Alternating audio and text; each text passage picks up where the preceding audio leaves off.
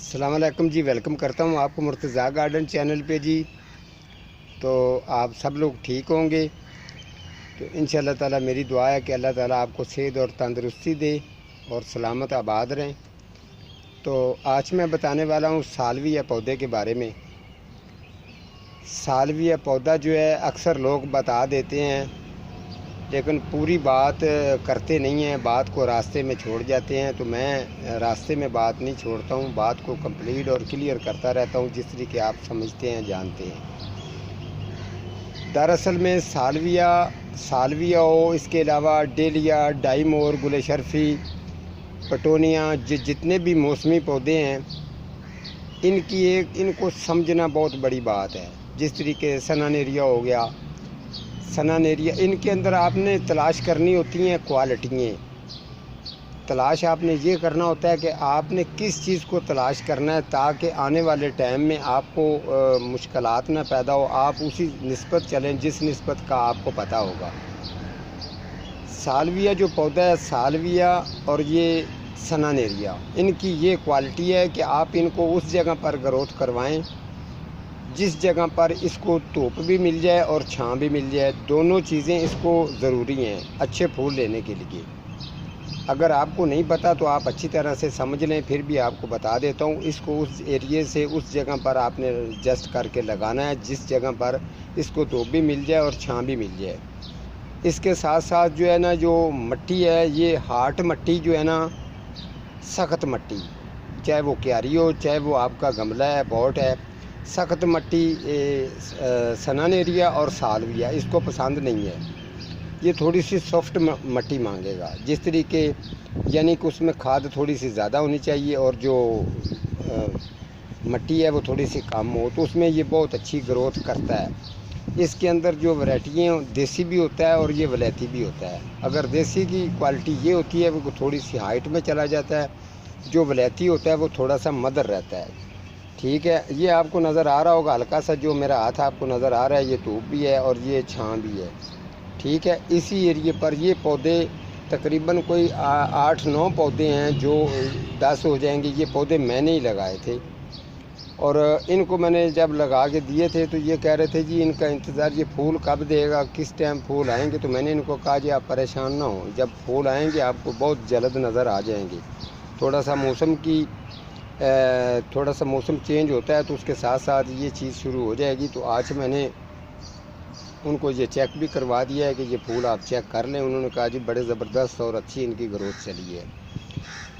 Salvia एक ऐसा पौधा है कि ये बिल्कुल पहले जब इसका फूल आना शुरू होगा ना तो ये बिल्कुल सिट्टे की तरह जाएगा ऊपर, सिट्टे की तरह ऊपर जाएगा। तो उसके बाद ये आस्ता आस्ता इसके साथ साथ जिस तरीके ये खिला है ये फिर खिलना शुरू हो जाता है, ये फिर खिलना शुरू हो जाता है। तो ये फिर खिलता ही जाता है।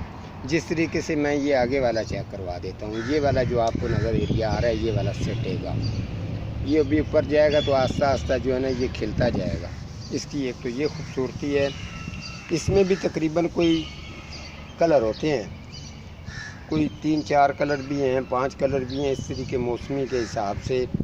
और आपको बता दूं कि जो पौधा अपनी रुख चेंज कर जाता है, फ़र्ज़ करें अब उसको किसी और स्टाइल के फूल लगने शुरू हो गए हैं, तो कुछ लोग ऐसे हैं जो इन चीज़ों को जिनको पता है ना हमें ज़रूरत है, वो लोग क्या करते हैं, वो इस सिट्टा जो है वो उतार के उनके सीड लगा के उनको एक मौसम के हिसाब से जब फिर उनको एक अलग लगा के रख देते हैं। अगर सेम वो उसी तरीके के फूल देगा तो वो एक वैरायटी का नाम रखा जाता है, एक नई वैरायटी में मशहूर हो जाता है। जिस तरीके से मैंने आपको पटोनिया का बताया था, पटोनिया में काफ़ी कलर हैं, ये कोई नई बात नहीं है। वो कलर सीड से बनते हैं, ये बनाते हैं नर्सरी वाले कारीगर जो लोग होते हैं, उनको पता होता है कि ये जो पौधा है ये अपना रुख चेंज कर रहा है, इसके इस एरिए से कुछ और फूल लग गए, इस एरिए से कुछ और फूल लग गए, उन्हीं से वो फ़ायदा ले लेते हैं। तो आप लोगों के साथ फिर जब वो चीज़ शुरू हो जाती है तो वो कस्टमर से फ़ायदा लेते हैं इस बात का। तो ये चीज़ है। फिर आपने इसको मट्टी, सालविया को जो सॉफ्ट मट्टी रखनी है, 15 दिन के बाद आपने हल्की सी जो खुदाई करनी है, खुदाई करेंगे तो उसके साथ इसको बड़ा फ़ायदा मिल जाता है। अगर फ़र्ज़ करें सख्त मट्टी होगी उसके अंदर इसकी ग्रोथ भी बहुत कम होगी और फूल भी ये बहुत कम देगा। इसके साथ साथ जो है अगर आप इसको थोड़ा सा, ये कुछ मैंने देखा है तो उनके सालविया मैंने देखा है, तो मैं कहता हूँ यार आपने इसको बनाया, उसका एक ही मेन स्लाइस उसका ऊपर जा रहा होता है और उसका जो है ना एक ही सिट्टा उसको फूल लगने के बाद बस जी वो फारग है, इस तरीके हो जाता है। लेकिन मैं जिस तरीके से लोगों को काम सिखाता हूँ, मेरा मकसद ये होता है कि ये किसी बात से भी इनको मुश्किलात ना पैदा हो। ये जो प्रोग्राम मेरा वीडियो देख लें, इनको एक दफ़ा वही वीडियो काफ़ी होता है। तो इसका जो है ना, अगर ये मटीरियल इसका ठीक रखेंगे, जिस तरीके गोडी मैंने खुदाई आपको बता दी है, वो चीज़ अगर आप ठीक रखते हैं, इसके फूल भी अच्छे आएंगे और इसका जो पत्ता भी इसका बड़ा ज़बरदस्त और फ्रेश रहेगा, बिल्कुल बेहतरीन पत्ते भी ये निकालेगा सालविया।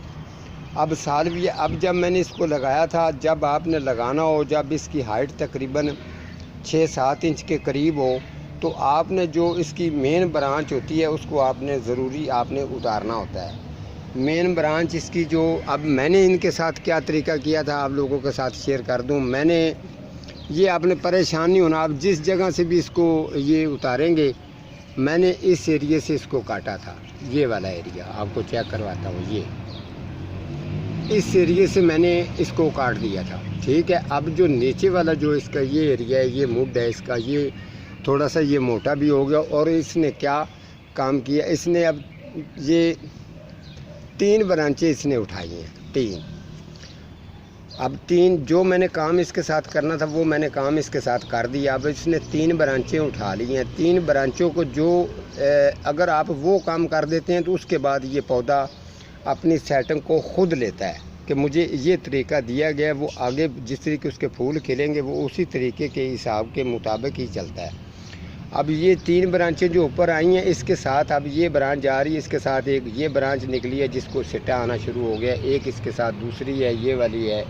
इसी तरीके से अभी ये ब्रांचों से भरा जाएगा और जो फूल है वो सिट्टियों की सूरत में, गुच्छों की सूरत में इसको ज़्यादा लगेंगे। ये ही नहीं, सब पौधों के साथ यही तरीका किया गया है, ये आप चेक कर सकते हैं। इसकी भी मैंने उसी एरिए से मैंने इसकी कटिंग की थी। अब इसके भी 3 स्लाइस है, ठीक है। अब आगे वाले पौधे पर चले जाते हैं। ये ज़रूरी नहीं है कि ये 3 ही निकालेगा, 4 भी निकाल सकता है। उस जिस जगह से आपने कटिंग की होगी उसी एरिए से, उसी जगह से ये फिर 5 भी कर सकता है।